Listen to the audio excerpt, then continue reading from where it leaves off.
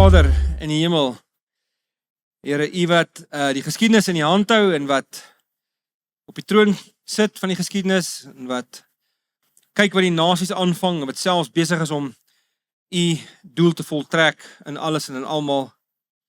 Ons kyk vanaand op na U met verwagting, Here, dat U met ons gaan werk.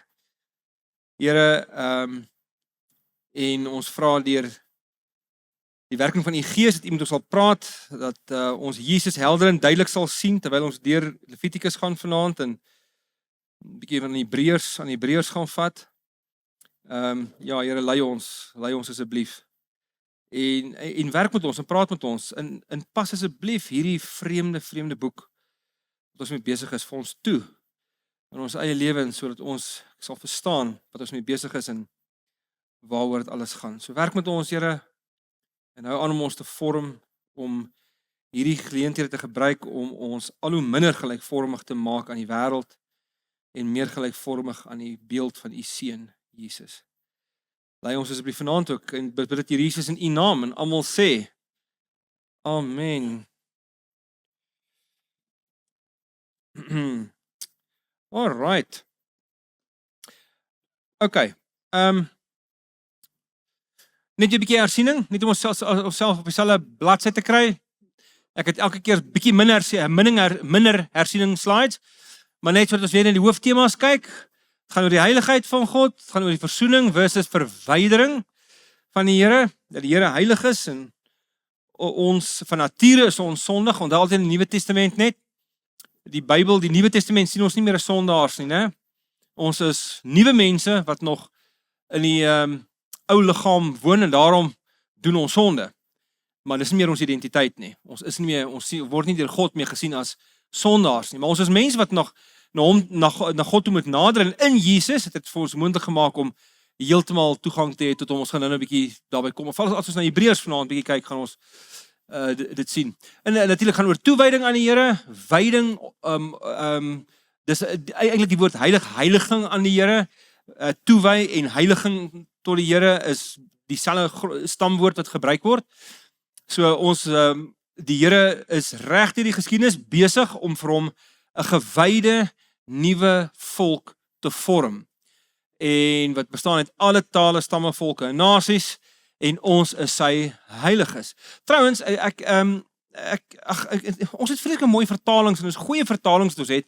Ek wil definitief nie hê julle moet dink ek is skepties oor ons vertalings nie, maar partykeer wens ek net die ouens wil net skryf wat daar letterlik staan in al Paulus se briewe. As hy sê aan die gemeente van Efese byvoorbeeld of aan die gemeente of aan Filemon en die mense wat aan in sy huis bymekaar kom, want hy sê aan die Tessalonisense gebruik altyd die woorde hagioi, beteken heiliges. So as Paulus praat van aan die gelowiges, dan sê hy altyd aan die heiliges. Ons is nog heilig. Levitikus se droom is gerealiseer nou in Jesus. As ons in Jesus is, dan is ons geheilig. Dis ons identiteit. Weer eens, jy kan opklim in die leer, in die boek van die lewe toe, as daar so 'n ding is, letterlike een in die blaai en jy sien seker naam, dan staan daar heilig. Al het jy vandag wat aangeval? Al het jy vir hoeveel taksies gewaai met een vinger? Al het jy was jy hoe kwaad gewees vir mense? Al het jy wat droog gemaak as jy 'n gelowige is, staan daar by jou naam heilig. Daar staan nie behalwe vandag of enige so iets nie. Nee, dis jou identiteit. Jy's heilig. Dit is hoe Paulus nou en hy sê dit vir die Korintiërs. Daai stout gemeente moet hy verskriklik raas. Hy sê vir hulle julle is heiliges. En dis sy punt. Hy sê dit pas nie meer by julle om so op te tree nie. Julle kan nie heiliges wees in posisie en soos onheilige mense optree nie. En natuurlik die priester se heiliging is 'n belangrike deelte. Ons het daarna gekyk verlede week hoofstuk 8 tot 10 veral. Alright, en dan die indeling van die boek bly net belangrik want dit gee vir ons net weer 'n oorsig oor die boek. Ek is 'n groot prentjie mens, so is my altyd lekker om net weer te kyk wat is die oorsig en as jy in die detail ingaan, dan kry die detail baie keer betekenis in die lig van die groter geheel. So, ons het daai eerste 7 hoofstukke, as jy al die verskillende offers, kan jy onthou wat so offers is dit alles? Brandoffer, graanoffer, dis als maaltydoffers, né? Heeltemal reg. Jy's reg oor al 5. Alright, maar jy hoef reg te wees oor net een. Alright. Graanoffers, né? Vredesoffers, sondeoffers en skuldoffers, né? Dis 5 van hulle. Ek het ook so nou 6 genoem, maar dis 5. Goed. So, dan sien ons 8 tot 10 die inwyding van die priesters, 11 tot 15 reinheid en die verwyder van onsuiverhede. En ons veral gesê, dis eintlik 'n poging waar die Here dit wat die disharmonie wat by die sonneval plaasgevind het om weer die skepping en al die goed op hulle regte plekke te sit. En ons gesien dat die Here vat sy heiligheid in ons alledaagse lewenswandel in, sodat elke deeltjie van ons lewe gesaturate word met God se heiligheid. Nou, in die 4de eeuse rabbiniese geskrifte, 4de eeu na Christus, sien ons dat in die tussentestamentêre tydperk het die Jode natuurlik 'n klomp ekstra wette saamgestel, 613 eintlik van hulle, wat aangesluit het by die wet van Moses, om seker te maak, en dit was die Fariseërs se bedoeling, né? Want kom ek vertel julle gou hoe die Fariseërs ontstaan, want dit gee ons 'n groot stuk begrip in die boek van Levitikus. So in 167 voor Christus, ek het nou nie eens hierin gedink nie, so dis sommer net bietjie vir julle weer eens, as jy nou notaatjie daarvan maak, dan is dit, het hulle nie betaal daarvoor nie, dis lekker, né? 167 is daar 'n Griekse koning, Antiochus Epiphanes, of Antiochus die 4de, dis die Griekse koning, die Griekse ryk het uiteindelik aanvanklik in 4, maar later in 2 verdeel, die Ptolemeëse ryk. So al die suidelike konings het in Alexandrië geregeer, en hulle was almal Ptolemeërs genoem, en al hulle vrouens was Kleopatras genoem. Die bekende Kleopatra is Kleopatra die 7de. Dan het die noordelike ryk gehad, die Seleucide Griekse ryk. En aanvanklik het die Ptolemeëse ryk oor Palestina geregeer, oor Israel, in daai tyd. Maar in 198 voor Christus is daar 'n hengse battle by Caesarea Philippi. Onthou julle Caesarea Philippi? Daar waar Jesus Petrus se belydenis afgedwing het, hy sy arm afgedraai en gesê, wie is julle nou is ek? Wie sê julle is ek? Daar was 'n groot battle gewees, en toe die Seleucide ryk oorgeneem. Hulle het Israel oorgeneem. En Epiphanes was een van hierdie noordelike konings gewees. So in 167 voor Christus toe stuur hy iemand om 'n vark te gaan offer op die altaar in Jerusalem aan Apollo. So jy kan net dink as jy 'n klomp Jew boys wil kwaad maak, dan moet jy nou suits aanvang. En hulle raak te kwaad. En as ou naam van Simon die Makabeer, en hulle begin toe opstand, en hulle gooi die Griekse juk af, en vir 'n paar jaar voer hulle oorlog, maar Simon is baie vinnig dood, toe sy seuns oorgeneem, Judas sy seun was Judas, hy het 'n groot klomp goed gedoen, en dan was hy Jonathan, hy het nie lank geregeer nie, dus hy dood in battle toe neem sy boetie Jonathan oor, en hulle toe die hele Griekse juk afgegooi. Maar hier is die ding, in die tyd wat die Grieke geregeer het hulle Griekse stede geplant in Israel, en oor al hulle oorwonne lande. En dit het die land begin vir Grieks. Dit het Israel begin vir Grieks. Hulle praat van die Hellenisering van die wêreld. Alexander die Groot het daai campaign begin. Nou dis belangrik, want die Jode het begin voel, hulle het hulle heiligheid begin verloor. Hulle het die uniekheid van wie God hulle gemaak het om te wees, het hulle begin verloor. En julle sal ook sien, toe hulle nou die juk afgooi, en hulle herwy die tempel in 164, dan word dit net 3 jaar later, herwy hulle die tempel in. Dis wat die fees van Hanukkah, die hittefees, die fees van die hitte, wat hulle so bou, dis nie 'n Ou Testament fees daar nie, dit het ontstaan daarso in 164 voor Christus. Dit is 'n herinwydingsfees van die tempel gewees. En in daai tyd, miskien moet ek eens dit sê, ja, het die Hasmoneese konings oorgeneem. Die Hasmoneese konings was almal Joodse konings, wat dan vir 100 jaar oor Israel self regeer het, voordat in 63 voor Christus Pompey, die Romeinse generaal, inkom en hy verower Israel weer. Maar in daai 100 jaar het 'n klomp Jode oor hulle self geregeer. Maar hulle name was goed soos Johannes Hyrcanus, Joodse naam, Griekse van, Aristobulus, dis 'n semi-Joods, semi-Griekse naam. En dan was daar Salome of Alexandra, as 'n vroue, is 'n koningin wat geheers het vir ruk, Griekse naam. Alexander Janneus, Griekse naam. Dis als Joodse konings met Griekse name. So jy kan hoor hoe die Jode vir Grieks. En dis toe die Fariseërparty tot stand gekom het. Hulle het gesê, wait a minute. Ons moet terugkeer na Levitikus toe. Ons moet terugkeer om ons land te heilig. En dis hoe die Fariseërparty ontstaan het hier in die 160s, 150s voor Christus. dat in die tyd toe Jesus aanbreek, het jy hierdie fariseërparty gaan, hulle het goeie bedoelings gehad. Hulle doel was om weer Israel te heilig as 'n unieke volk met sy eie etniese identiteit. En natuurlik sy eie geestelike identiteit was vir hulle baie baie belangrik geweest. So dis hoekom dis waarom hulle hierdie goed begin het. En goed, so jy sien dit as jy kyk na die verwydering van onsuiverhede. Dit was die fariseërs se doel was om die onsuiverheid, die heidense invloed weer uit Israel uit te haal.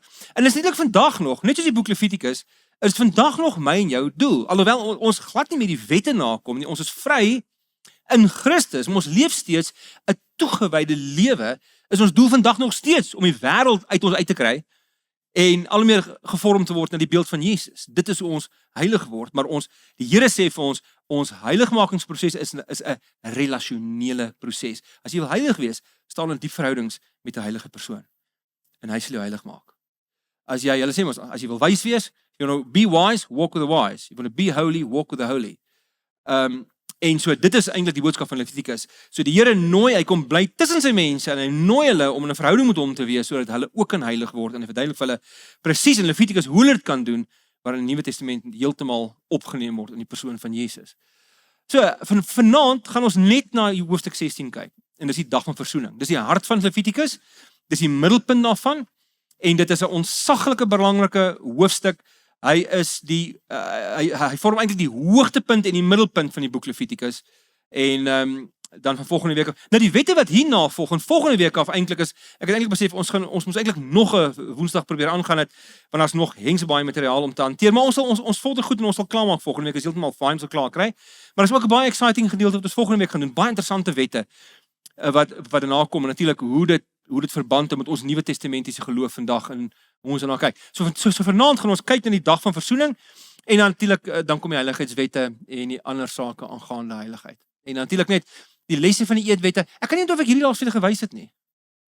Ag, my toggie. Okay. Dit kom van laasweek, dis toe ek het vanmiddag deurgaan toe besef ek, my gits, ek dink nie ek het hierdie slide vir julle gewys nie. So lesse van die eetwette van destyds, wat kan dit vandag vir ons beteken? 'n beperking van wat jy eet bring agting vir alle lewe. Dis altyd hoe mense moet altyd onthou. Dis hoe jy die gawes wat die Here gegee het, geniet. Jy gebruik dit met matigheid. Jy gebruik dit tot jou eie opbou. En so een keer nou en dan haak jy uit. Dan vier jy fees. Dan slag jy die vetgemaakte kalf. Jy mag gedoen. Maar dan om daai uitdaag van jou lekker te kan waardeer, help dit nie jy doen dit elke dag nie. En ons ryk mense is gewoond om elke dag ons eet 3 keer 'n dag vleis, man, dis te lekker hierso. En want ons is ryk. Ons het baie en so hierdie reëls geld nie meer vir ons nie, maar dit leer steeds vir ons hoe ons omgaan met kos is 'n baie belangrike ding. En dit met 'n deel van ons lewe is mindful eating demonstreer vir ons die gewilligheid om fisiese en geestelike areas in ons najag van heiligheid te volg. And by the way, ekskuus, ek weet ons is vreeslik sensitief oor eetgewoontes. Ek weet nie hoekom nie, want dit is mos maar 'n ding wat ons oor moet praat soos materialisme en enige soort van ding. Maar reg deur die geskiedenis was vraatsigtigheid was hanteer as 'n sonde. En die kerk het daaroor gepraat. In hierdie moderne tyd vir een of ander rede praat niemand oor daaroor nie. Dis net nie meer 'n issue nie. Dit was een van die groot 7 sondes gewees in die vroeë Byzantynse tydperk gewees. So 'n beperking van sekere kosse leer vir ons nederigheid en dat God alleen die gewer is van alles en dat hy kan gee en wegneem net wanneer hy wil. As die Heilige Gees vir ons sê die vrug van die Gees is selfbeheersing. Selfbeheersing natuurlik in alle opsigte om ons meer te beteel, om nie sonde te doen nie, om die goeie gewoontes aan te leer. Maar die Bybel leer vir ons dat as jy regtig wil selfbeheersing aanleer op alle vlakke, leer om kosmatig te hanteer. Dan gaan jy waarskynlik selfbeheersing op alle ander vlakke hê. Trouwens, hulle sê mense wat struggle met welles veral, né, lust. Daar's 'n baie sterk korrelasie tussen welles en eetgewoontes. So as jy jou eetgewoontes kan beheer, dan kan jy groot stuk van jou welles gaan jy ook kan beheer en andersom.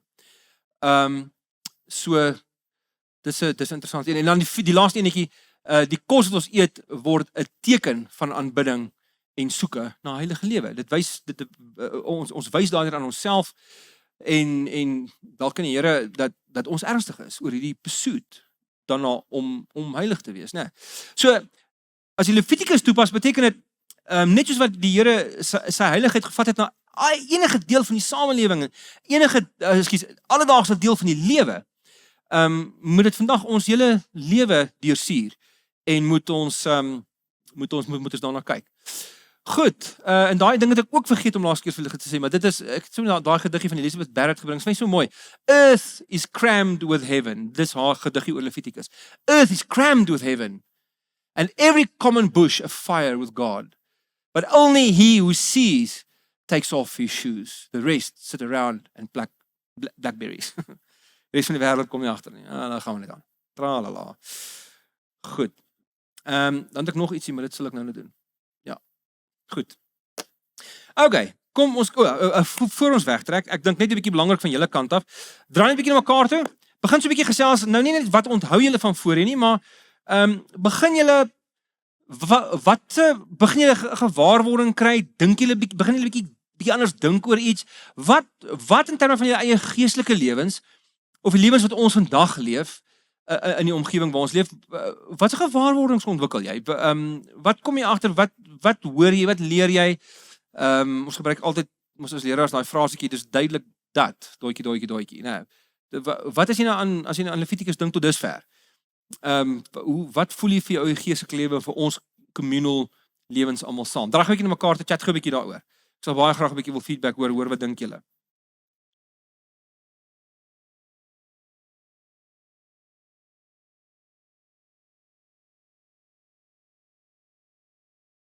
Ja, en wat is die backstory van wat al en so dit sê vir ons, dankie, dit vreeslik mooi gesê. Die van julle wat dalk nie kon almal mooi hoor daar agter.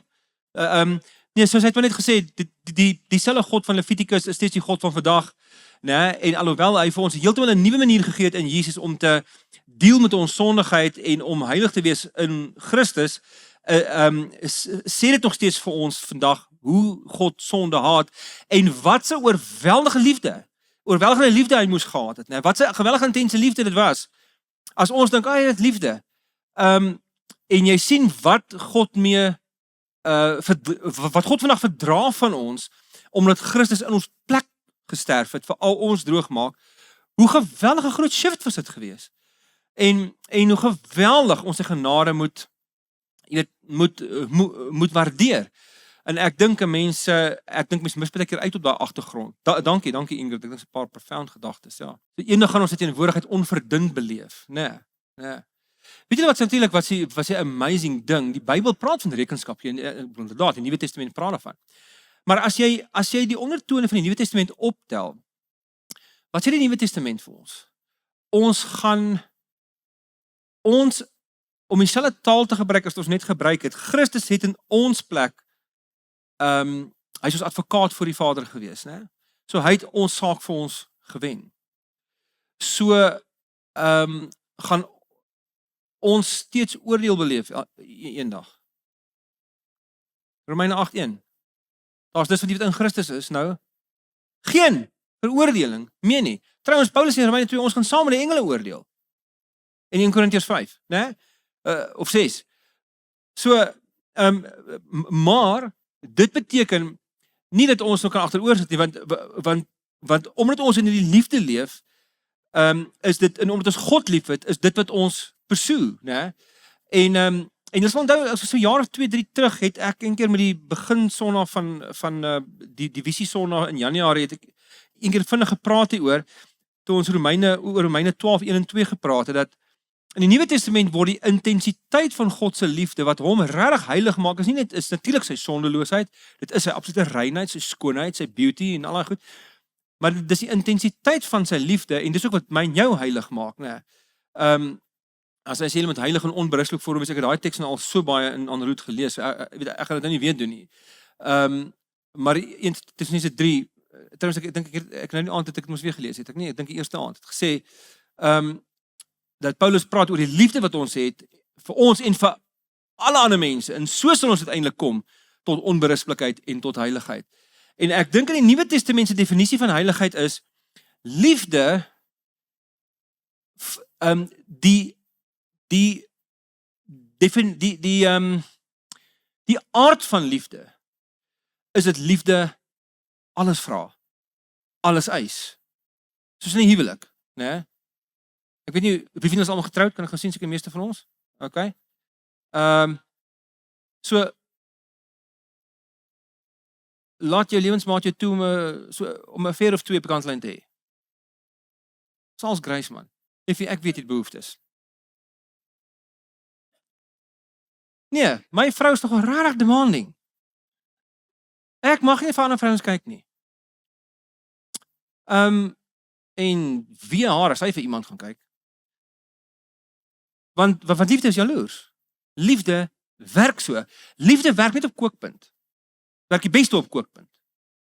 So as jy regtig wil heilig wees intensely devoted tot die Here deur aan jou lewensmaat devoted te wees, deur aan die gemeente devoted te wees. Dis wat Paulus leer.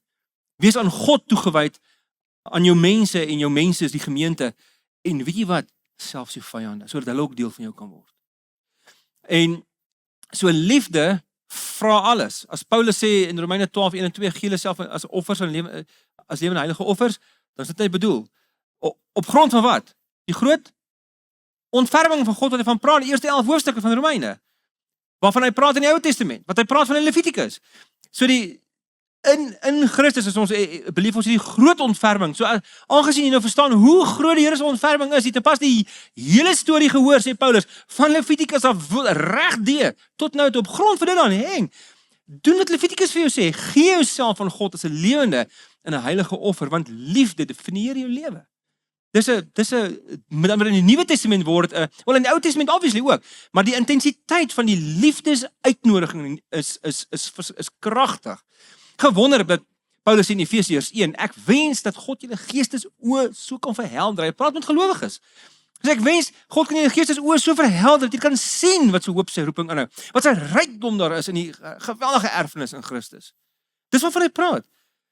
Hy sê ja, hy skryf aan 'n klomp ouens wat nie altyd die Ou Testament storie geken het nie. Hy sê ek wens net die Here kan jou oë oopmaak dat jy kan sien. Want dan sal jy sommer anders leef. Jy sal goed heeltemal anders te sien. Okay. Ja, as jy kyk hoe toegewyd hierdie ouens is, wat 'n harde werk dit was om heilig te wees, né? Nou God in Christus ons geheilig en ons vat dit for granted. Nou is wat hy gesê het, ons vat dit baie keer for granted. Dankie. Nee, dis absoluut waar. So, kom ons kyk gou 'n bietjie wat sê oom Eugene Peterson.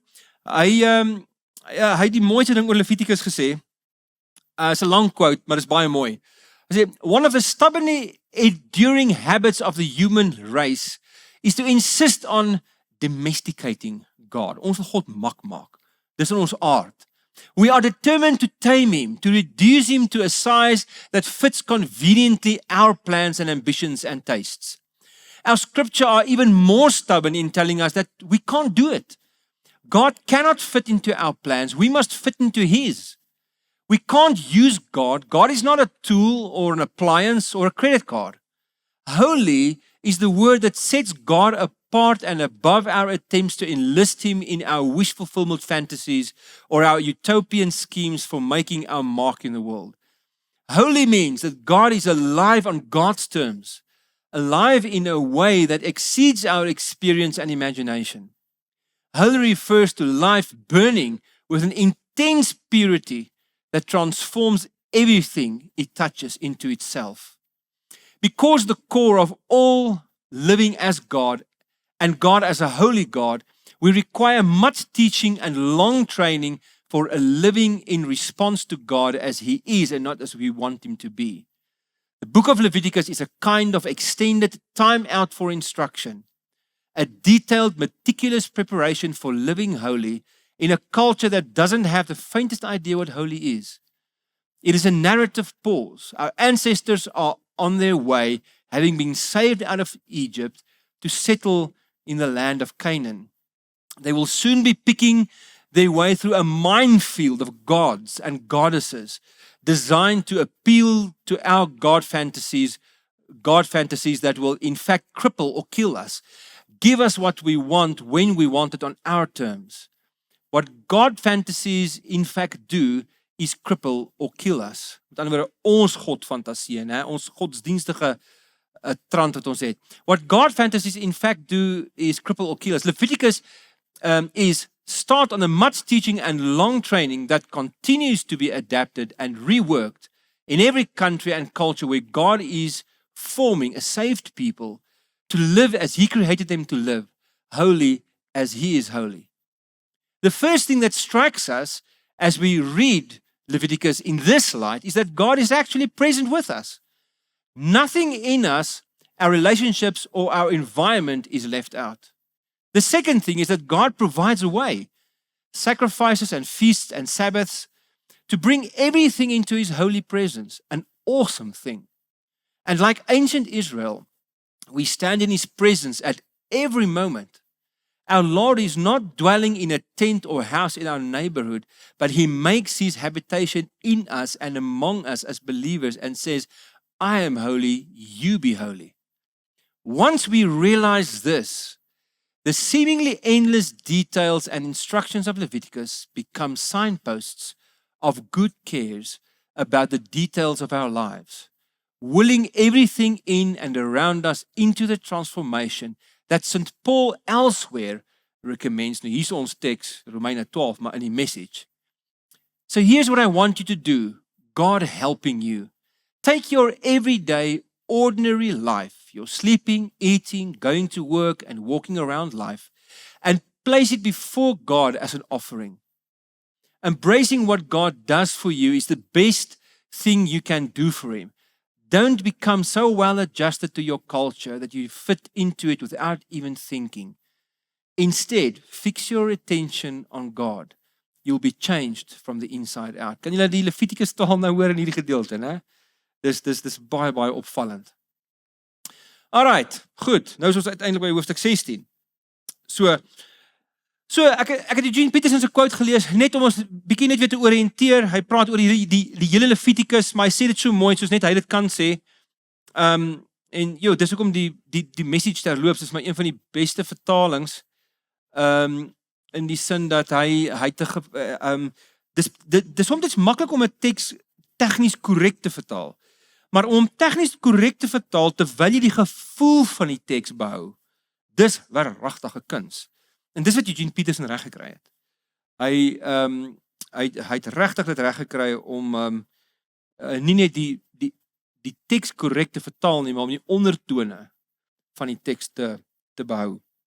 Right. So ons gaan 'n bietjie Levitikus 16 saam deurlees. Langs die pad stop en ons gaan so 'n bietjie hierna reflekteer en praat. En dan gaan ons dit redelik dadelik Nuwe Testament toe vat en 'n bietjie kyk wat maak die Nuwe Testament met die goedjies wat hier vir ons gegee word. So, ons is hier besig met die dag van versoening. So die Here het 7 feeste ingestel in die geskiedenis van Israel. Ons gaan feitelik volgende week, as ons Levitikus 23 doen en 25 gaan ons 'n bietjie na die feeste kyk. Dit is merkwaardige interessante goed daar om na te kyk. En ons sien dat die dag van versoening is die hoogtepunt van die jaar van Israel. Dit is op een dag gebeur dit.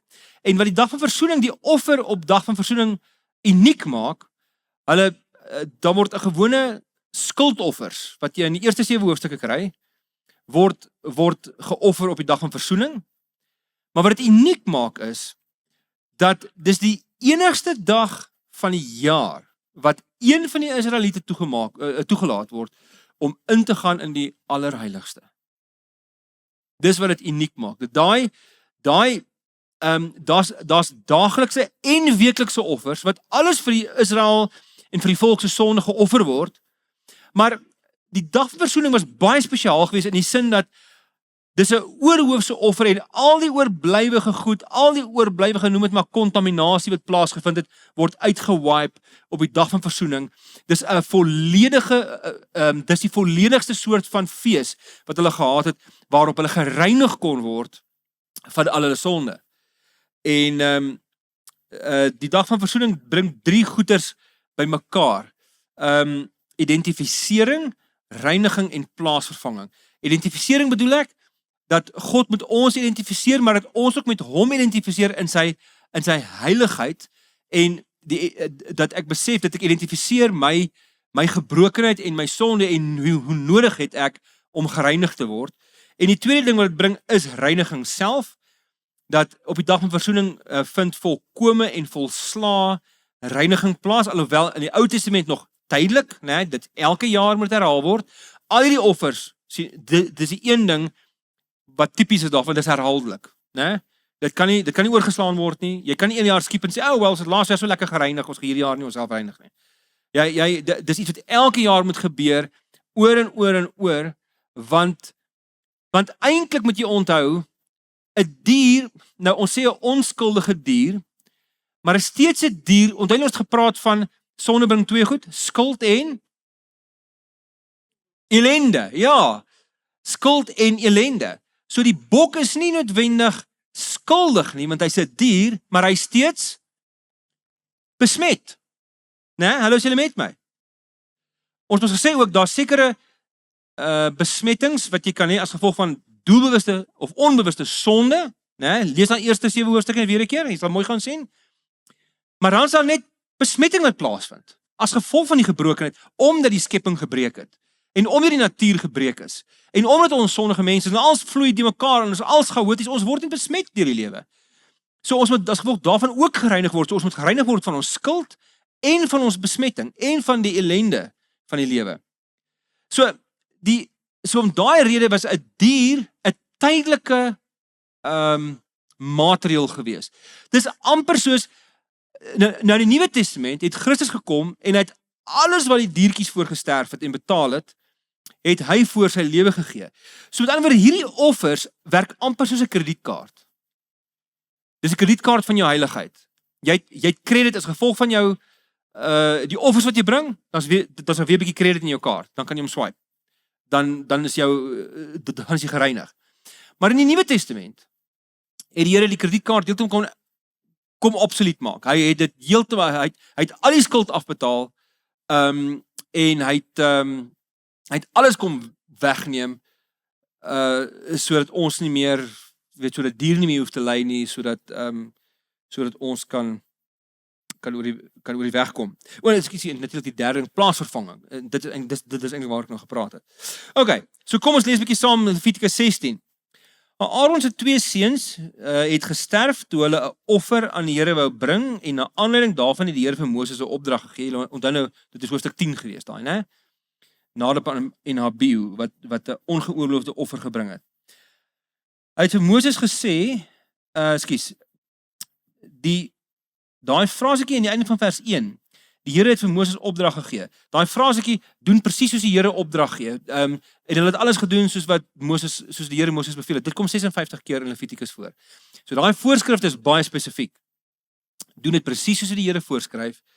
Hy het vir Moses gesê, sê vir jou broer Aaron, hy mag nooit sommer in die heiligdom agter die voorhangsel ingaan na die deksel van die verbondsark nie. So wat is dit waarvan jy praat? Die allerheiligste, né? Jy kan nie sommer daar ingaan en hy sê dit van Aaron. So wie is Aaron? Hy is die hoëpriester, né?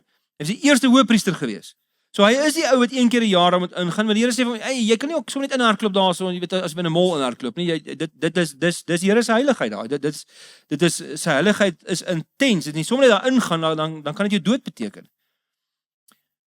Ek verskyn telkens in 'n wolk bo kan die deksel van die ark en as Aaron sommer ingaan, dan sal hy sterwe. Voordat hy in die allerheiligste ingaan, moet hy 'n jong bul as sondeoffer bring en 'n ram as 'n brandoffer.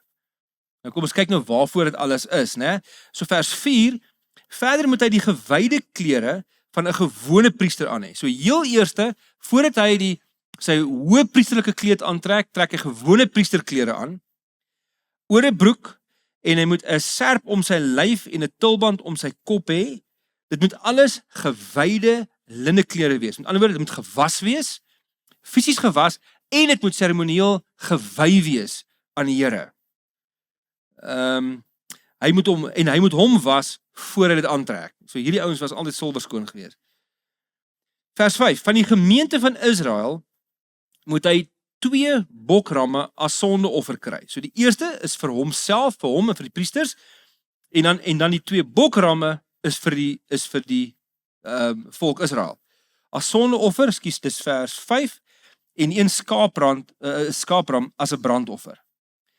Hy offer dan eers die bul wat vir homself bedoel is as sondeoffer. So hy is die initieerder, hy is die leier, so hy moet die hele proses fasiliteer, so hy moet eers gereinig word, anders dan kontamineer hy alles waaraan hy vat, né?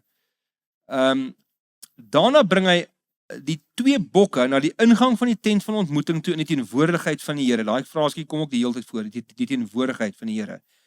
Hier moet Aaron lootjies trek oor die bokke. Die een lootjie moet gemerk wees vir die Here en die ander ene vir Azazel. Aaron moet die bok wat vir die Here geloot word as 'n sondeoffer offer. Die bok wat vir Azazel geloot is, moet bly lewe. Die bok moet in die teenwoordigheid van die Here bly staan, sodat Aaron die versoeningshandeling, die versoening vir wat? Dat God se verhouding met die mens kan herstel word en die offer wat daarvoor gebring word, né? Dat die versoeningshandeling daarop verrig kan word. Daarna moet die bok die woestyn ingestuur word vir Azazel. Ons gaan nou kyk wat al die goedjies beteken. Wanneer Aaron die sondeofferbul wat vir homself bedoel is en waarmee hy vir homself en al die priesters versoening doen, moet hy die bul slag en moet hy 'n vuurpan vol maak met gloeiende kole van die altaar af wat in die teenwoordigheid van die Here staan.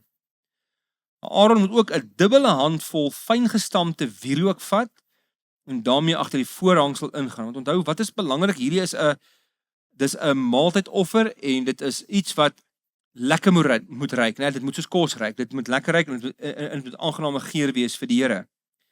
Daar in die teenwoordigheid van die Here moet hy dan die wierook op die kole gooi sodat dit 'n rookwolk maak wat die deksel van die ark bedek waarin die getuienis is.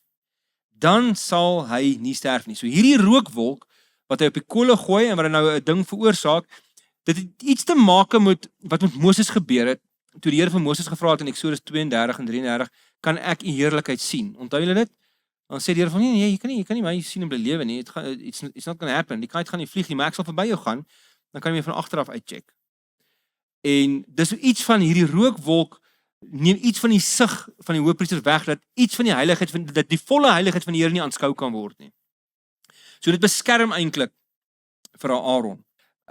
Vers 14, hy moet daarna van die bloed van die bul met sy vingers sprinkel op die deksel se voorkant en dan ook nog 7 maal op die grond voor die deksel. Hoekom 7 maal? Nie 'n klou nie, dis God se getal. God bepaal dit net. That's why. Dis sy bepaalde getal. As jy wil heilig wees, daar seker goed wat belangrik is om te verstaan. Hulle het nie al hierdie goed verstaan. Jy weet, hoekom 7 maal? Die enigste rede hoekom is, want die Here het so gesê. En as jy die Here ontmoet op sy terme, gaan hy nie altyd vir jou 'n hoekom verduidelik nie. Jy moet leer om te luister. Nou, as jy met my so kan sê, dis wat sy heiligheid beteken. Vers 15, wanneer Aaron die bokraam slag, wat as sondeoffer vir die volk bedoel is, moet hy die bloed agter die voorhangsel ingaan, dan nou sien die allerheiligste, en daarmee doen soos hy gedoen het met die bul se bloed, wat hy vir homself geslag het, en vir die priesters. Hy moet dit sprinkel op die deksel en voor die deksel.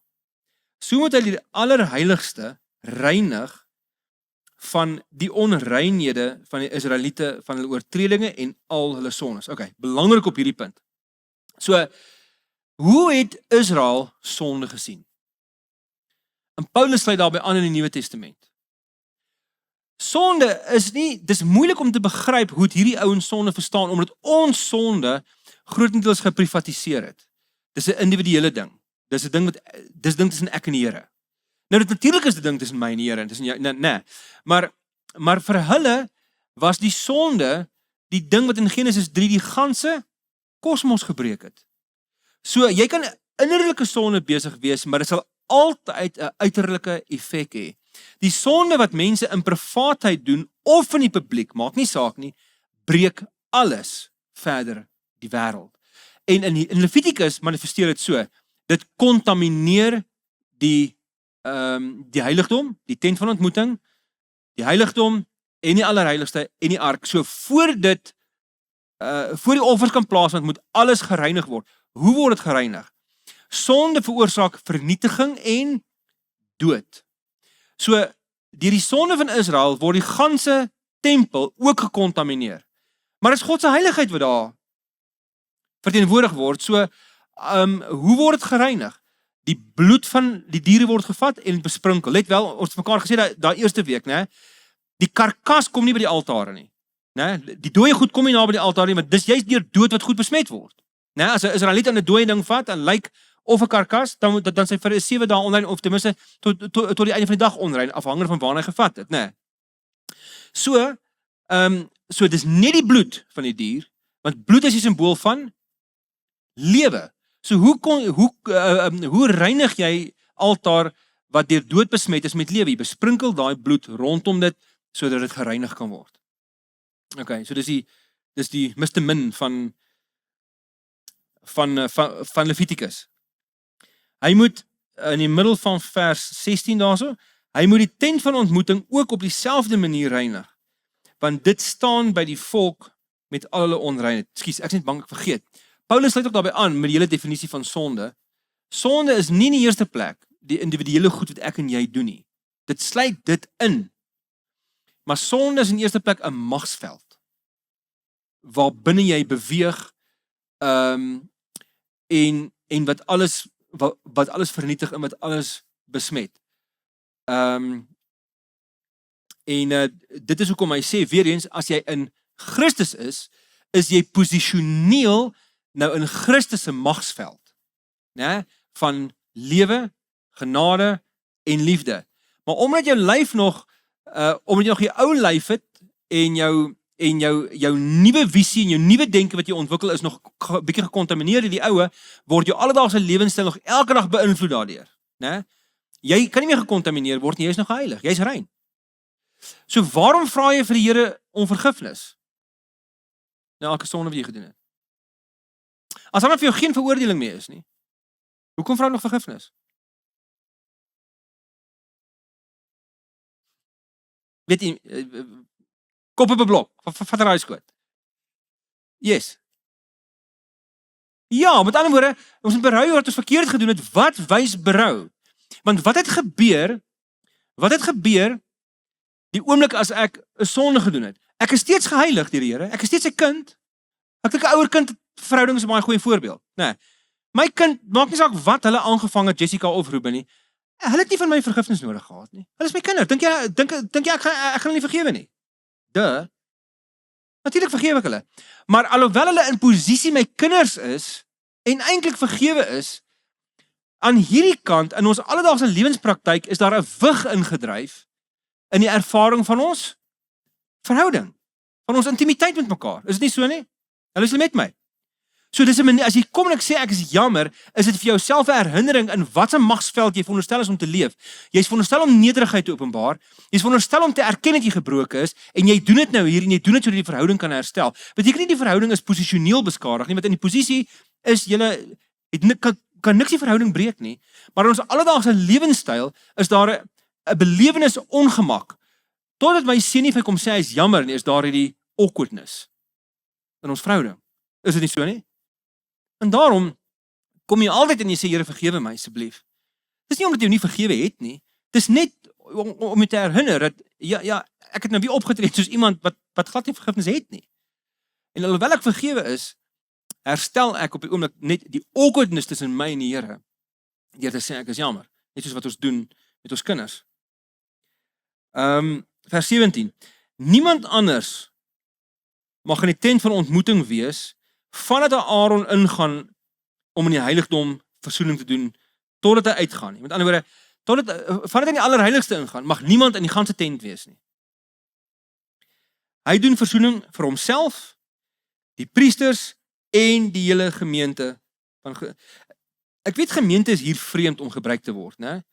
Want dit is die ding, die woord vir gemeente in die Nuwe Testament is maklik om te verstaan, is ekklesia. Maar ekklesia beteken eintlik net vergadering. Die Griekse politieke vergaderings is ook genoem ekklesia. Aristoteles en Plato en al die ouens, as hulle bymekaar gekom het en dan is hulle die ekklesia. So dit beteken net vergadering. In die Nuwe Testament het dit die gemeentelike betekenis gekry. So as die Ou Testament praat van gemeente, dis dieselfde woord, dit beteken eintlik maar net die vergadering van die mense, van die volk van God, nee, die mense van God se bymekaar koms. Vers 18.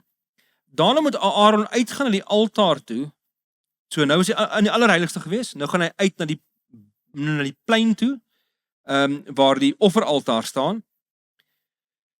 In die teenwoordigheid van die Here en dit reinig. Hy moet die bloed van die bul en die bokram rondom al die horings van die altaar smeer. En met sy vinger van die bloed 7 keer op die altaar sprinkel. So moet hy die altaar reinig van die onreinheid van die Israeliete en dit wy. Daai wy beteken en dit heilig. Is dieselfde woord. Vers 20. Nadat Aaron die allerheiligste, die tent van ontmoeting en die altaar gereinig het, moet hy die lewende bok naderbring. Okay, so daar was nou 2 bokramme vir die volk gewees, né? Julle kan onthou. So 1 bokram is geslag, ander bokram, dis nou hy. Goed. Vers 21. Terwyl hy dan sy 2 hande op die kop van die bok lê, moet hy al die oortredinge en opstandigheid, al die sondes van die Israeliete daarbo die bok bely. Sodoende sal hy die sonde op die kop van die bok oordra. Iemand wat beskikbaar is, moet dan die bok die woestyn injaag. So sal die bok al hulle sonde met hom saamdra na 'n onherbergsame streek toe en daar in die woestyn moet hy agtergelaat word. Nou hierdie praktyk is baie interessant en dit is wat Azazel beteken. Die mense is nie 100% seker oor wat Azazel beteken nie, maar in 'n klomp buitebybelse bronne kan ons sien dat dit te maak het met 'n woestyndemoon. Nou die woestyn is altyd die godverlate plek. Dit is baie simbolies van die godverlate plek, maar dit is ook die plek omdat dit godverlate voorkom waar God sy mense vorm. Daar waar dit godverlate is, as jy geloof daar kan behou, dan is jy right in die woestyn. En dis hoekom God se profete altyd gevorm word. In die een Dune fliek, wie van julle Dune gesien? Een van die Dune movies. Okay. Nog 'n paar ouer mense. Wow. Ek sê die jonger mense se Dune kyk. Waar is julle nou vanaand? Daar's so net een interessante frase wat hulle daar's so 'n planeet Arrakis wat so 'n woestynplaneet is en daar's verskriklike onherbergsame dele van daai planeet. En die een vrou, Prinses Irulan sê op 'n stadium, that is so devastatingly, wat jy woord as gebruik, verlaat of iets te sê, only faith can survive there. Wow, is nog 'n Ou Testamentiese manier om daarna te kyk. If faith can survive in the desert, can survive anywhere. So, die woestyn verteenwoordig altyd die godverlatenheid. Azazel bly in die woestyn. Dis soort van die goddemoon. Dit simboliseer eintlik, maar soos die woestyndemoon bedoel ek. En dit verteenwoordig eintlik net die donkerte, die sondigheid van die volk. En is eintlik amper asof jy die mense se sonde terugstuur na sy oorsprong toe. Met ander woorde, dis half as jy die pos return to sender, né? Die sonde kom uit die woestyn uit. Hierdie arme bok dra nou swaar almal se sonde. Hy gaan terug na waar hy vandaan kom. So die bok word in die woestyn ingestuur. Natuurlik is dit baie baie baie belangrik dat daai bok nie 'n paar dae later in die kamp weer gekry word nie.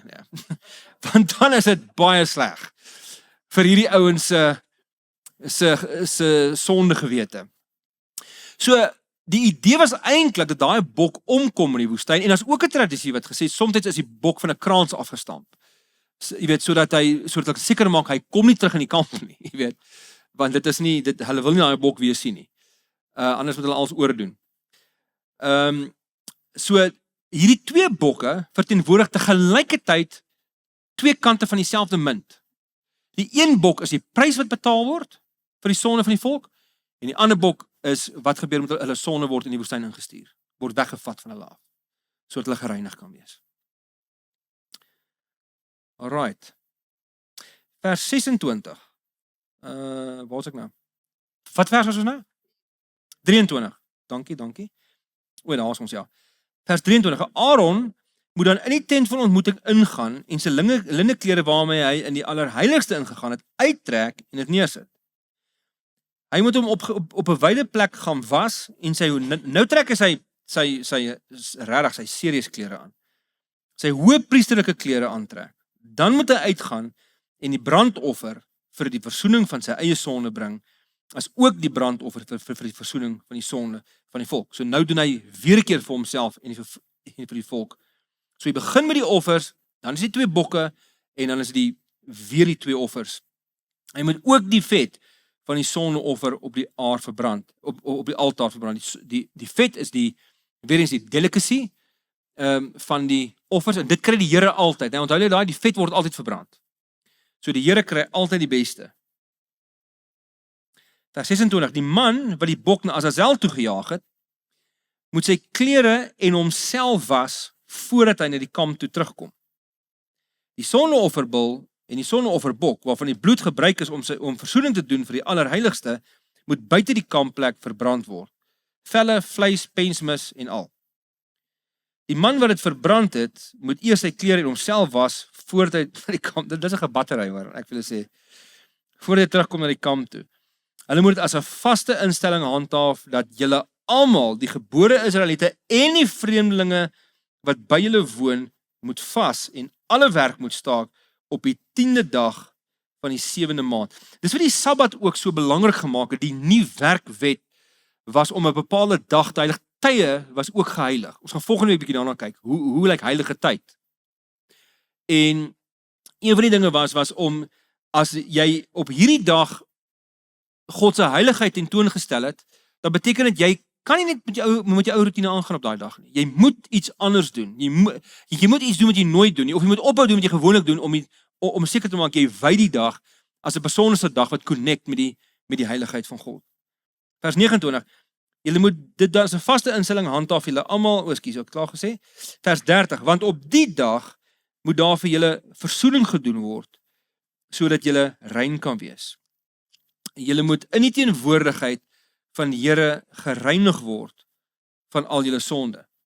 Dit moet 'n plegtige, beteken 'n heilige, gewyde rusdag wees, 'n dag waarop julle vas, 'n vaste instelling, die priester wat gesalf is in die plek van sy vader as hoëpriester georden is, moet die versoening doen. Hy moet die gewyde linneklere aantrek, die allerheiligste, die tent van ontmoeting en die altaar reinig en versoening doen vir die priesters en die hele volk, gemeente. Versoening vir die sonde van die Israeliete moet 'n vaste instelling wees. Dit moet elke jaar plaasvind. Daar is tipies, elke jaar plaasvind. Aaron het toe gedoen wat die Here vir Moses beveel het. Daar kom hy frasetjie weer voor. Nou, ek weet as jy nou hierna kyk, as jy regtig hierdie is net een dag in die jaar, né? Maar as jy nou vat, hierdie soortgelyke offers word elke dag gebring, word elke week gebring. Dit is 'n geweldig, die Lewiete, dit was hulle voltydse job om seker te maak die volk bly heilig voor die Here. Dit is hulle uitsluitlike roeping gewees. En nou met hierdie als in voor ons dit doen, wil ek net vir julle een ander ding, voor ons Nuwe Testament toe gaan. Julle kan maar nou hoofstuk 17 deurlees. Ek wil net eers moet gou kyk van hoofstuk 17 vers 10. Wil ek net gou vinnig vir julle ietsie wys daarso en dan sal ons Nuwe Testament toe gaan. 17 vers 10. Elke Israeliet en elke vreemdeling by julle wat enige bloed eet, sal ek self straf. Ek sal hom van sy volksgenote afsny. So die Here verwyder hom en dan is hy volkloos. Omdat die lewe van 'n dier in sy bloed is, het ek die bloed vir julle gegee om op die altaar versoening te doen vir julle lewens. Omdat bloed versoening bring deur die lewe wat daarin is, beveel ek elke Israeliet en elke vreemdeling by julle om geen bloed te eet nie. Sien jy net, terloop so baie sluit die Here die vreemdeling in, né? Die Bybel glo nie in xenofobie nie. Trouwens, dis wat xenofobie beteken. Dit is eintlik die Griekse woord xenofobie is die Griekse woord. Xenia is vreemdeling. Fobia is vrees vir die vreemdeling. Van die Ou Testament af moet jy vreemdelinge insluit. Jy moet vreemdelinge verwelkom. Jy moet plek maak vir vreemdelinge. En dit geld vandag nog. Dis waarom gasvryheid by 'n gemeente veronderstel is om so belangrik te wees. Daarom moet ons as 'n Sondag by die kerk is, of in die week by 'n klein groep, of by 'n event, maak nie saak wat nie, wat 'n gemeentelike event is, moet jy altyd kyk vir die vreemdeling. Jy moet altyd uitkyk vir die vreemdeling. Mense wat jy nie ken nie. Jy moet altyd seker maak hulle voel tuis, hulle voel welkom. Net kyk met jou eie mense nie. Kyk uit vir die vreemdeling. Maar hier sien jy hoe belangrik dit is dat die bloed nie geëet moet word nie. Hoekom nie? Want die bloed moet gebruik word om die altaar en die goed mee te reinig, né? So jy kan dit ook nog dit als inneem nie. Maar nou, kyk nou 'n bietjie, kom ons blaai Matteus toe, bietjie na Matteus 20 toe. So Matteus 20 is die groot versoek van Johannes en Jakobus. Julle onthou daai, né, wat hulle graag die een aan die linkerhand en die een aan die regterhand van Jesus wou sit. In vers 25, Matteus 20 vers 25, dan sê Jesus roep hulle toe nader, Matteus sê, Jesus roep hulle toe nader en sê, julle weet dit by die nasies so is, dat regerders oor hulle sal baas speel, en dat die groot manne die mag oor hulle misbruik. Maar by julle moet dit nie so wees nie. Elkeen wat in julle kring groot wil wees, moet julle dienaar wees. Elkeen wat onder julle die eerste wil wees, moet julle slaaf wees. So is dit ook die seun van die mens. So hy praat van homself. Hy het nie gekom om gedien te word nie, maar om te dien en sy lewe te gee as 'n losprys vir baie. So die losprys, dit beteken dit is die idee van 'n loskoop, dis 'n slawe beeld wat hier gebruik word. Met dit in gedagte, bly net 'n paar hoofstukke verder, ook nog steeds in Matteus, en nou hoofstuk 26 toe.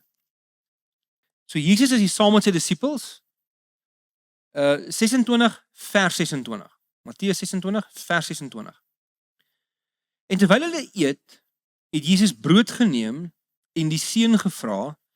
Daarna het hy dit gebreek en vir sy disippels gegee met die woorde: neem, eet, dit is my liggaam. Toe neem hy 'n beker en nadat hy 'n dankgebed uitgespreek het, het hy dit vir hulle gee dit vir hulle en sê: drink almal daaruit, want dit is my bloed. Die bloed waardeur die verbond beseël word en wat vir baie vergiet word tot vergewing van sonde. So hoor jy die dag van versoening taal hierdie? Wat is die groot verskil hierso? Hulle drink dit nou. O, gits. So jy moet dink wat 'n sjok was dit hierdie gewees op die stelsel van hierdie disippels gewees. So nou drink hulle Jesus se bloed. Uiteraard is dit simbolies. Ons weet dit, ons is nie katoliek wat glo in transubstansiasie, transubstansiasie. Voordat ek implantaat het, kan ek nie meer oordenlik praat nie. Transubstansiasie. Hulle glo letterlik die brood en die wyn van nagmaal verander in die vlees en die bloed van Jesus in jou lyf. En dan sê hy vers 29, ek sê vir julle, van nou af sal ek nie weer van hierdie wyn drink nie, tot op die dag wanneer ek saam met julle die nuwe wyn in die koninkryk van die Vader sal drink. Nou, met dit in gedagte, blaai net kom ons kyk na Johannes hoofstuk 6. Jesus sê, dit verseker ek julle, wie in my glo het die ewige lewe, ek het die brood wat lewe gee. Julle voorouers in die woestyn manna geëet en tog gesterwe, maar hier is die brood wat uit die hemel uitkom, sodat 'n mens daarvan kan eet en nie sterwe nie. Ek is die lewende brood uit die hemel uitkom. As iemand van hierdie brood eet, sal hy ewig lewe en die brood wat ek gee is my liggaam. So wys in die graanoffers natuurlik in die Ou Testament, hè. En Levitikus, hy sê ek gee dit sodat die wêreld kan lewe. En dit kry in Numeri, dis die manna connect met die idee van die graanoffer.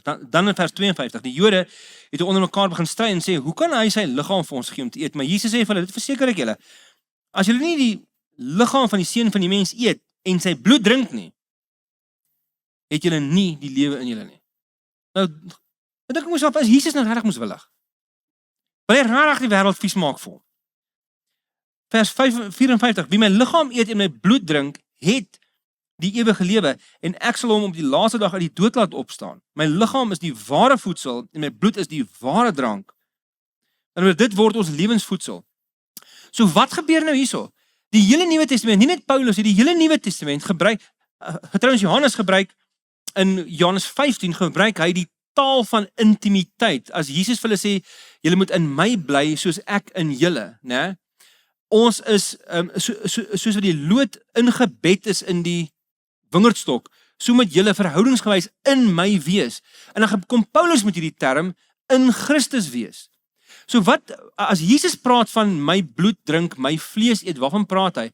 Hy sê, julle heiligheid, die oorsprong van ons heiligheid nou is, ek betaal in julle plek, hierdie offer vir jou sonde, sodat ons nie net 'n verhouding met mekaar kan hê, sodat julle aan my gebonde kan wees op die mees intieme manier ooit. So wanneer ons in Jesus toe kom, dan kry ons deel aan Jesus. Dis waarom daar hierdie taal gebruik word. Dis eintlik taal van intimiteit. Maar die ouens soos die Fariseërs en die skrifgeleerdes wat nie belangstel om regtig te weet wat aangaan nie, en wat Jesus doelbewus verkeerd verstaan, hulle gaan nie verstaan wat hy sê nie. Vir mense klink dit baie vreemd. Vir mense wat nie die geloof verstaan nie. Maar wat Jesus hier probeer sê is, wanneer jy nagmaal gebruik, dan simbolies eet ons sy vlees en ons drink sy bloed. Dit beteken net, hy het, Jesus word deel van ons geestelike metabolisme. Dis taal van intimiteit hierdie. Nou kan ons na die Hebreërbrief toe gaan.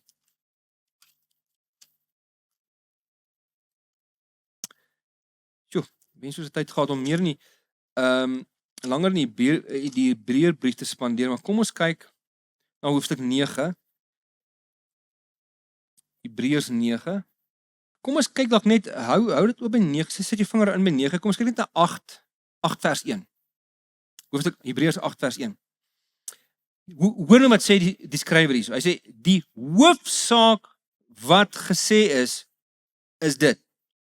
Ons het 'n hoëpriester. Een wat gaan sit het aan die regterhand van die troon van die majesteit in die hemel. Hoekom het hy gaan sit as hoëpriester? Ja, dis klaar.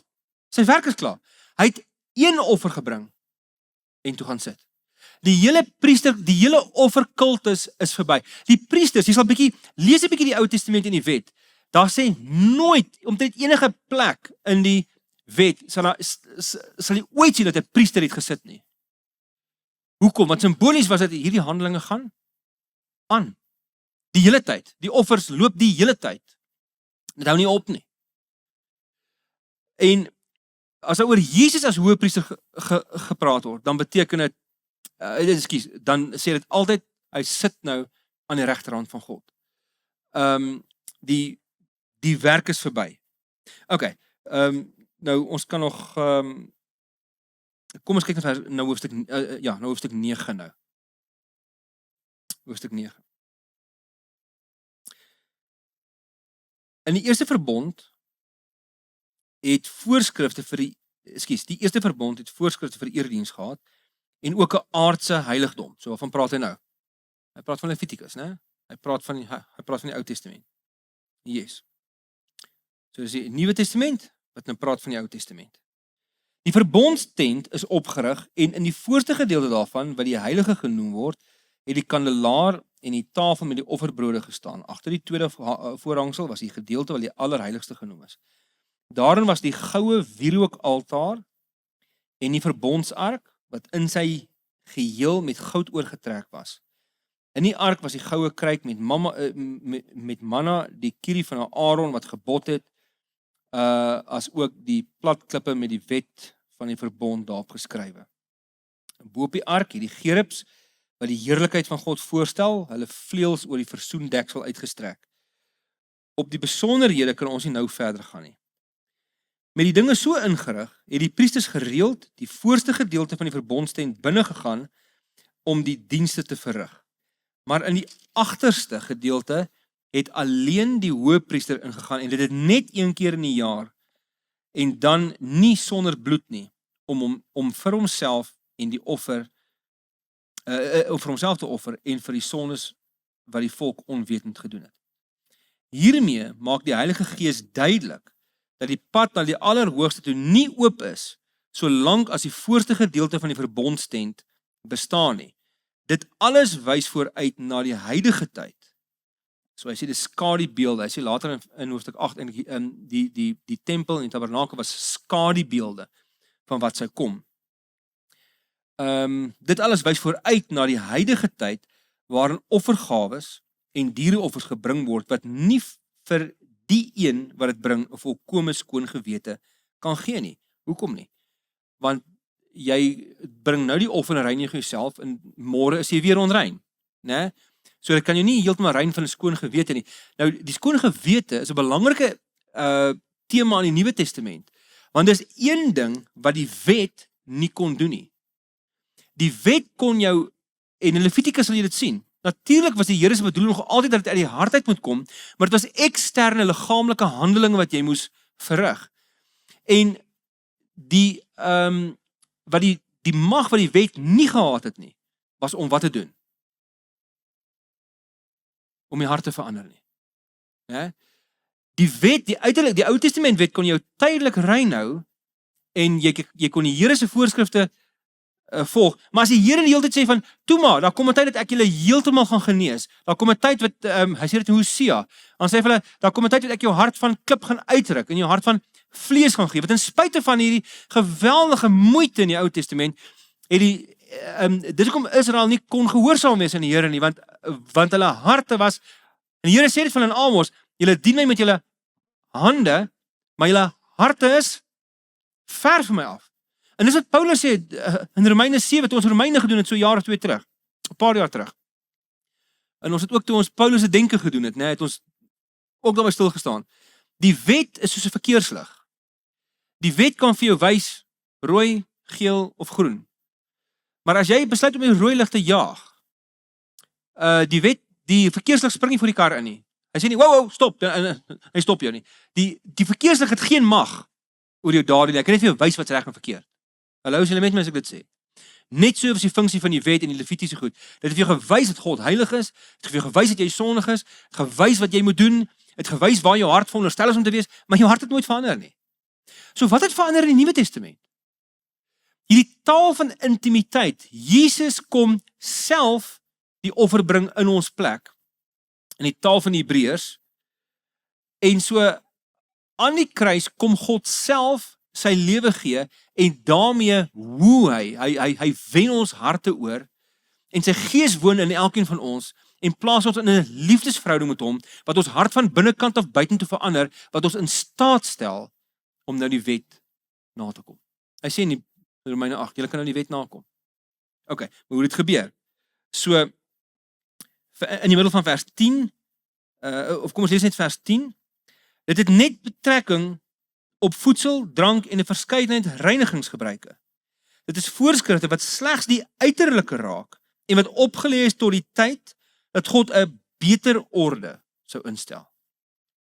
Maar Christus het gekom, so dis die beter orde, né? Christus het gekom as hoëpriester van die weldade wat nou verwesenlik is. Hy dien in die verbondstent wat groter en volmaakter is en nie deur mense gemaak is nie. Dit wil sê wat nie tot hierdie wêreld behoort nie.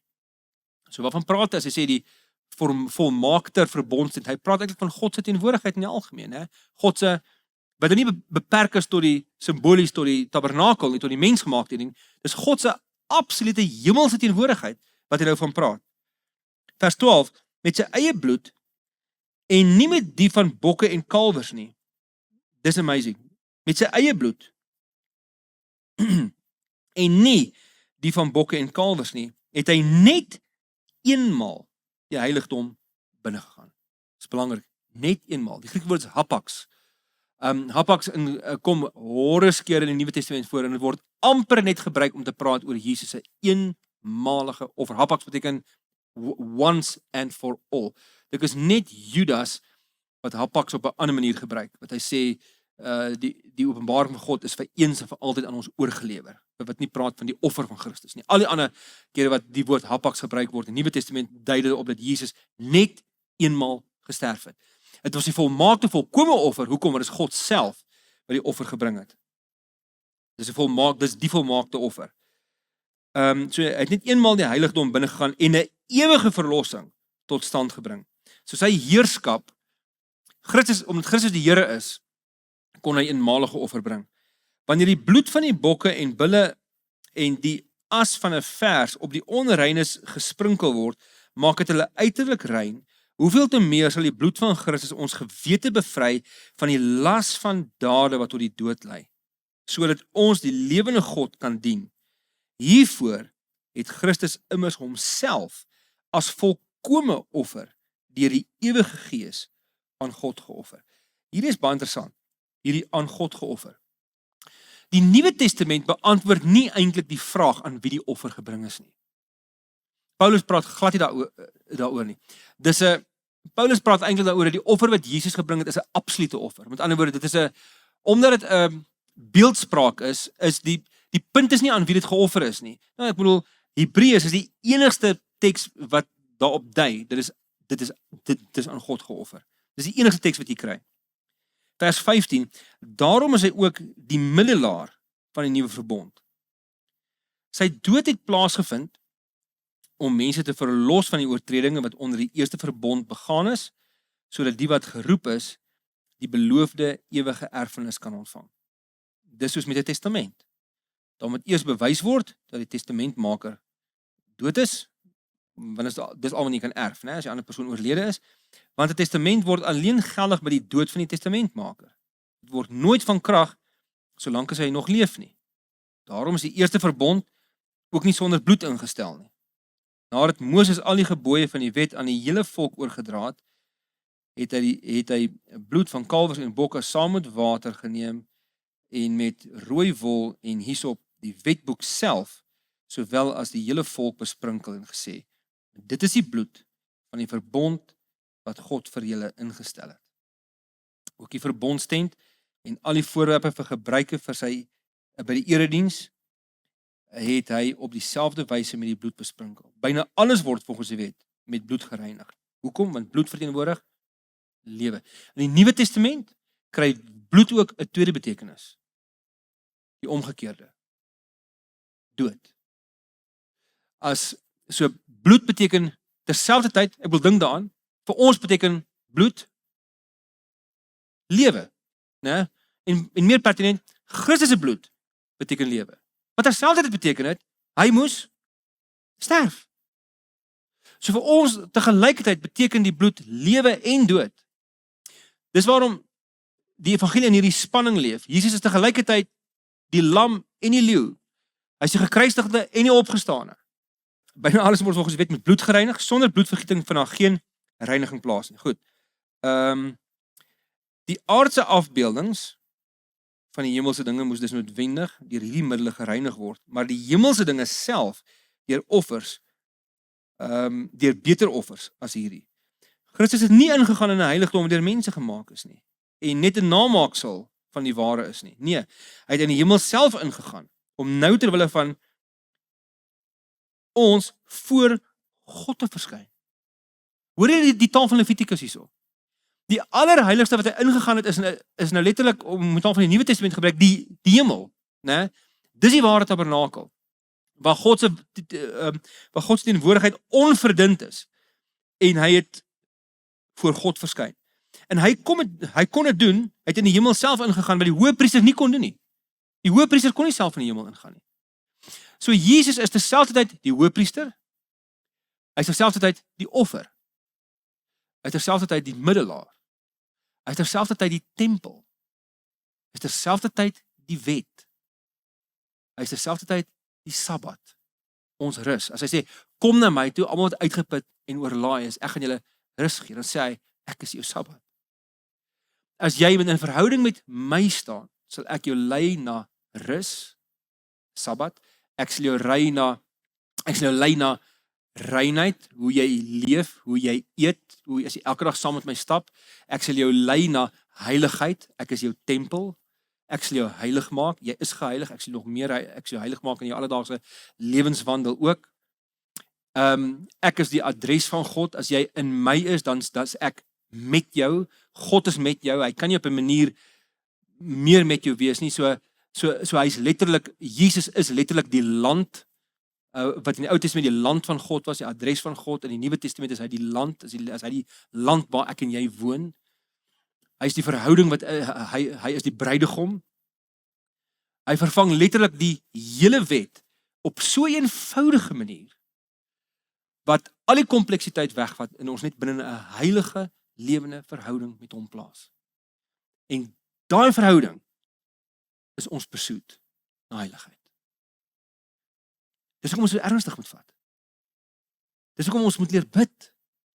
Want hoe kan ons in hom wees? En ons weet nie hoe om met hom te praat nie. Dis hoekom ek het al van die stage af ook gesê, dis hoekom ek vir mense, byvoorbeeld vir personeel, is 'n goeie voorbeeld. En volunteers in daai opsigte wat leiersposisies beklee soos in die band of wat ook al.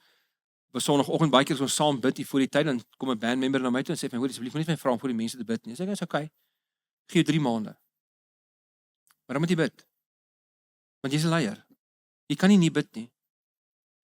By die personeel, as nuwe mense by ons aansluit, ons het die wonderlikste personeel. Hulle is ons familie. Ek is net van die wonderlikste mense. En dit gebeur nou en dan het die personeel dit vir my kom vra. Hoor ek wil net vir die mense bid. En sê ek, okay, 3 maande. Hoe kan jy nie bid nie? Verstaan? Ek het empatie met waar jy is. Ek was ook daar. Maar ons moet die Bybel leer ken. Ons moet ons lewe wy aan hom. Dit beteken nie jy hoef 'n ander job te gaan doen nie. Jy doen die job wat jy doen. Wy net jou job aan die Here. Dis wat Levitikus jou leer. God se heiligheid, God se heilige teenwoordigheid moet gestalte kry presies in jou normale lewe. Moenie almal nou gaan dominee swat nie, is die grootste ding wat jy kan doen vir jouself. Bly waar jy is. Heilig jou lewe. Heilig jou kar wanneer jy ry in die oggende. Moet jy nie salf nie, asseblief, heilig hom net. Jy salf nie voorwerpe nie. Jy salf mense. Mense wil huise so salf. Ek word nou die dag ekskuus vir dit wat ek vertel nie. Dis te awkward. Maar heilig jou gesin.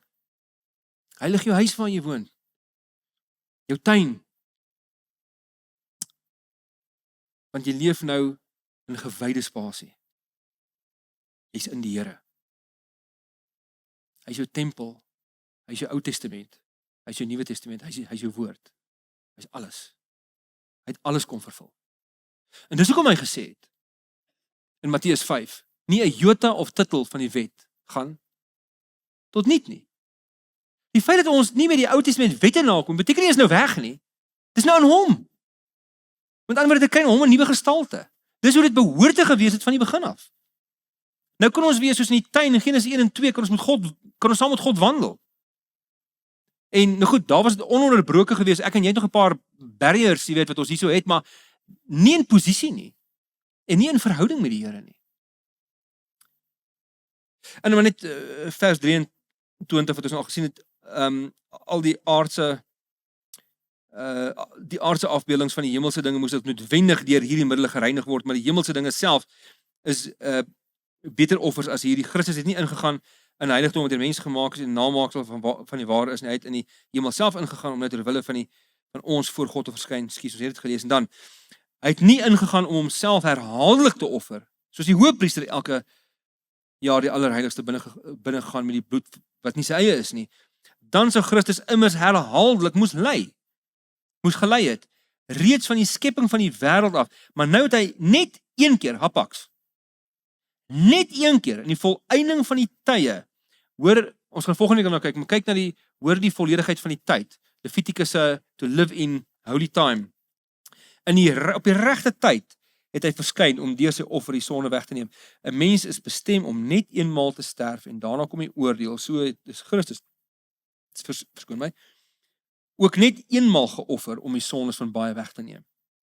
As hy die tweede keer verskyn, kom hy nie in verband met sonde nie, maar om verlossing te bring vir die wat hom verwag. Met ander woorde, finale verlossing. Paulus praat ook een keer in Romeine 13 praat hy oor dat ons gaan eendag volkome verlos word. Hy praat altyd oor verlossing in die verlede tyd en in die hede. Ons is verlos.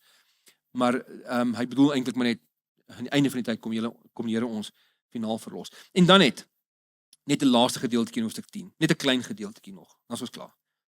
Hebreërs 10 vers 19. Hebreërs 10:19.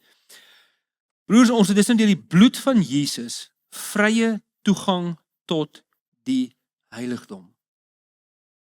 Vrye toegang. Nie offertoegang nie, nie voorwaardelike toegang, vrye toegang. En dit op 'n weg wat nuut is en na lewe lei. Hierdie weg het hy vir ons gebaan deur die voorhangsel heen. Dit is deur sy liggaam. En terwyl ons hom ook as groot priester oor die huis van God het, laat ons tot God nader met 'n opregte hart en met volle geloofsekerheid. Ons harte is immers gereinig van 'n skuldige gewete Ons liggame is gewas met skoon water. Sjoe, het jy al ooit 'n offer in jou lewe gebring? Nee, dit was nie nodig nie. Maar jy is skoon. Jy is gewas. Ons liggame, ons gewetens, ons is skoon voor die Here. Ek het gister 'n selgroep gaan besoek en hulle vra vir my, wanneer is die Here happy met jou? Ek was bietjie miswillig, maar ek sê wel die eerste ding wat jy moet verstaan is, hy is happy met jou wanneer jy tot geloof kom. Want nou kry jy 'n nuwe identiteit. Nou word hy jou alles, jou hoëpriester, jou tempel, en nou is hy gewas. Nou is hy happy met jou. Nou natuurlik, ek het geweet wat hulle bedoel het. As gelowiges, hoe leef ons, hoe weet ons die Here smile oor ons lewe?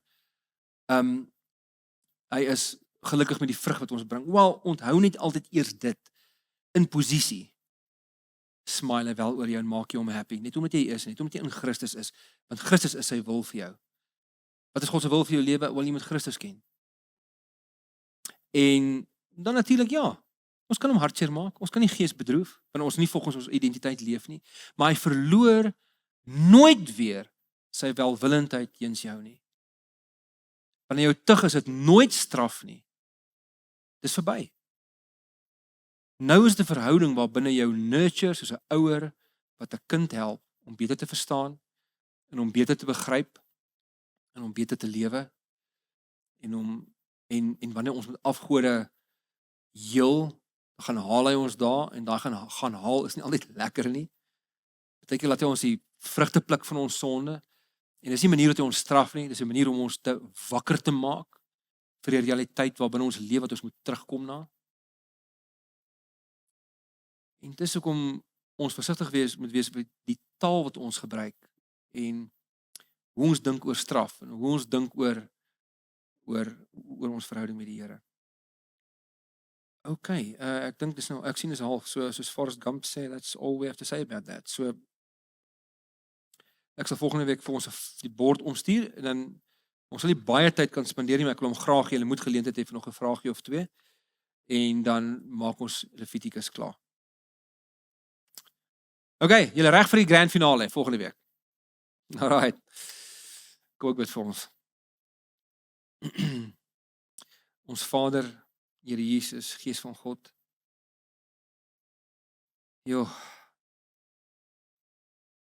Dit is regtig, die Bybel is regtig the greatest story ever told.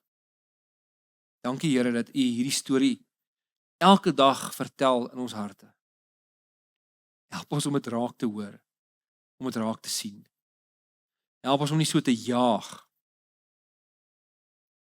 dat ons nie meer U stem hoor nie. Help ons om stadig genoeg te leef, of ten minste as ons kanse kry oomblikke te wy aan U, sodat ons stadig genoeg kan leef om U stem te hoor en om mekaar te kan lief hê. Lei ons asseblief, Here. Dankie Here Jesus dat U die ultimate offer was, die ultimate hoëpriester, die ultimate altaar, die ultimate tempel, die ultimate wet, die ultimate Sabbat. Gee ons daai rus, leer ons om heilig te leef, sodat ons kan rus in U. Sodat ons saam met U kan wees. Leer ons U weer, asseblief Here. Bid vir elke mens vanaand hierso, elke persoon. Ek ken nie almal van ons drome, onsekerhede of vrese of wat nie meer, maar sal U al ons denke en ons handeling, ons lewens saturate met U heiligheid. Ons weet U doen dit. Help ons om dit te besef en dit te leef. En dit te pursue, U heiligheid te pursue met alles in ons, asseblief. Ons bid dit in Jesus se naam en almal sê. Amen. Ons sien next time.